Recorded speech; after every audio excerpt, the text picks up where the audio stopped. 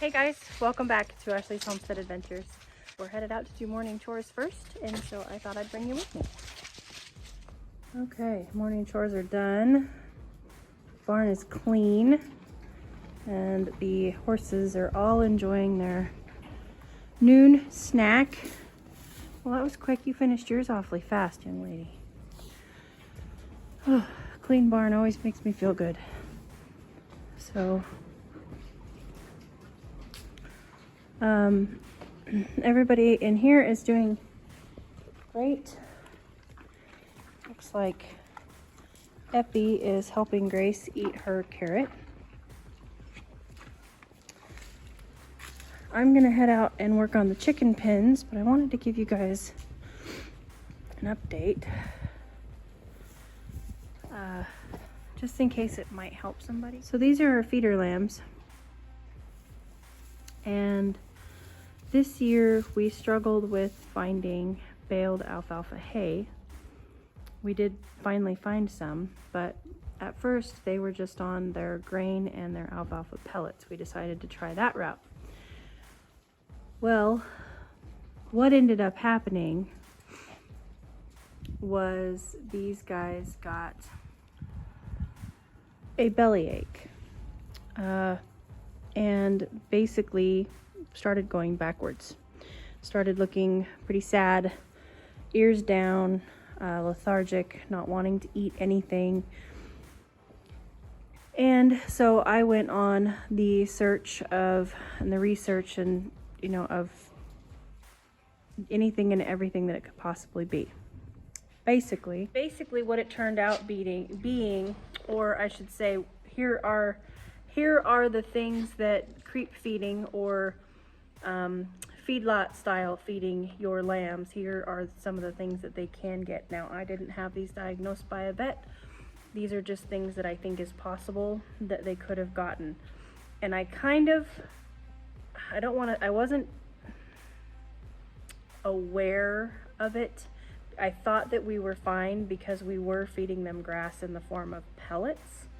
But they really do need a roughage. And lambs and goats can be raised creep fed.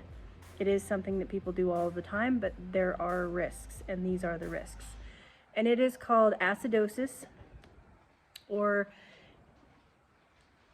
Enterotoxemia. And basically it's overeating disease. Basically what they do is they overeat themselves, and it can cause bloat, and they can die in worst case scenarios. I believe that I am so on top and helicopter momming my animals. I saw it right away. And the first thing that I did was I took all feed away and watched their water intake, because Chance,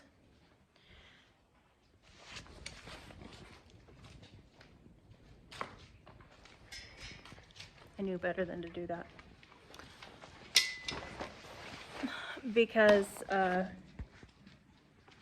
hydration is key to any animal. You don't want them to get dehydrated. So I took the food away and I gave them hay. And basically that's what they've been on. The next thing that I did was I went ahead and I dosed them with 12 milliliters or 12 cc's of apple cider vinegar each. I went ahead and just syringed it into their mouth. It is a good antibiotic. It is also a good probiotic. And so if their guts aren't moving well, a lot of times that will get their guts moving. They didn't have any fevers, which is also pretty common with overeating disease. They were not bloated, so I wasn't worried about, immediate bloating issues. So I did my research. I found out what this probably was, which is overeating disease. And basically, I started them. They get apple cider vinegar, 12 milliliters at night. And then in the morning, and while I'm out here in the barn working, I give them 12 milliliters of a it's a baking soda mixture. So basically what I did was I took a cup of baking soda and mixed it with a cup and a half of water, and I keep it out here. It's right here in the barn.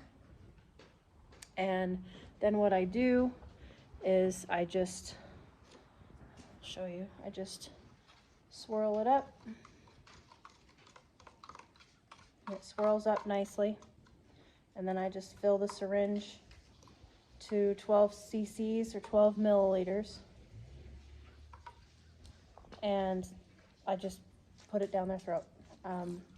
Slowly, it's just the corner of the mouth. I don't necessarily shove the syringe down their throat because there could be implications with that. You don't want to get it in their lungs. So I put it in the back corner of their mouth and let them slowly swallow it, slowly squirting it into their mouth.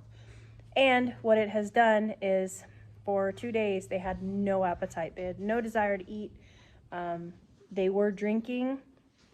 And at first I thought that they maybe had a clogged esophagus. So that was the first thing that I checked, but that wasn't the case.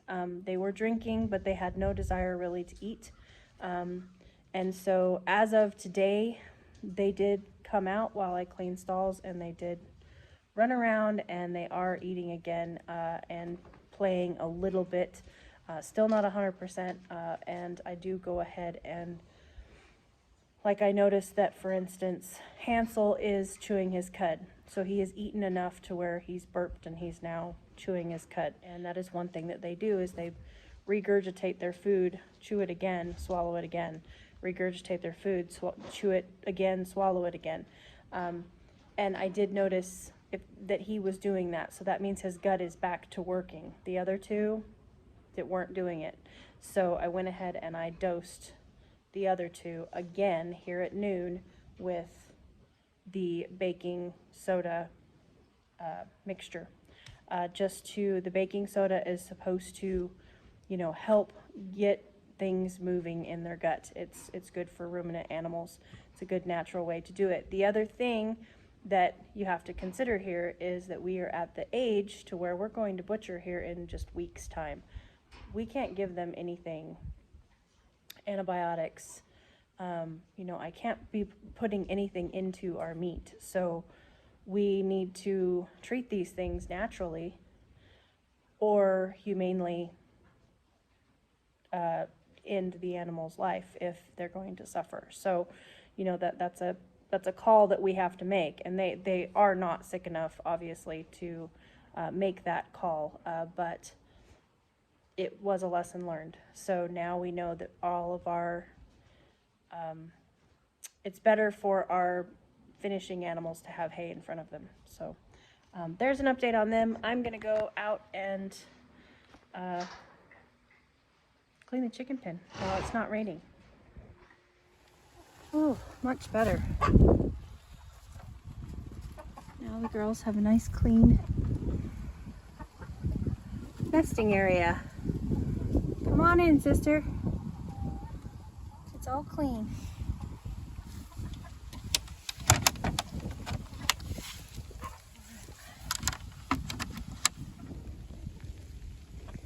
Oh yeah. Even the rooster gets in on spreading the new bedding.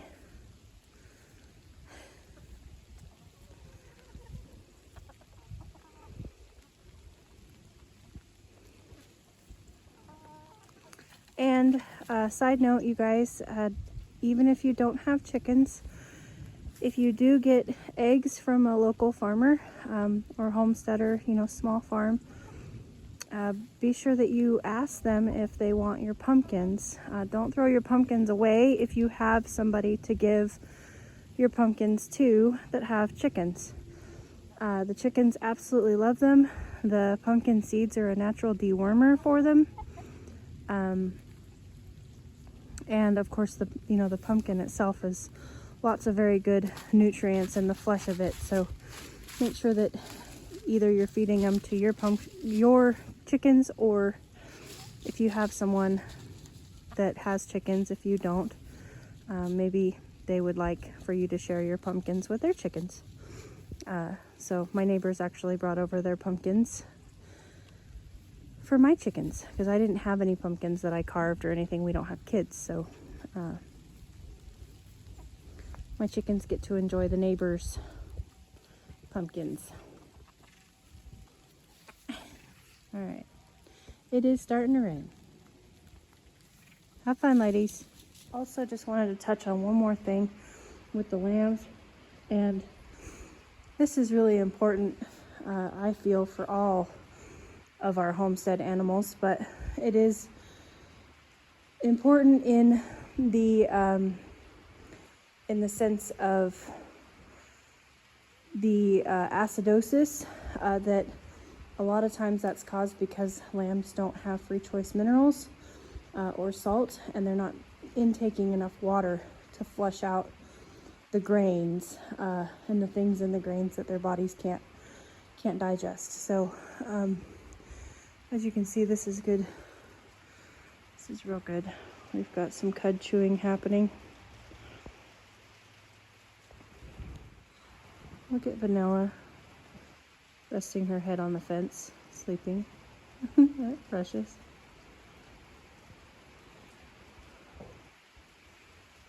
So anyway, these guys are feeling better. They've got their free choice minerals, so I knew that that wasn't a problem. And they are eating hay and they are doing better, but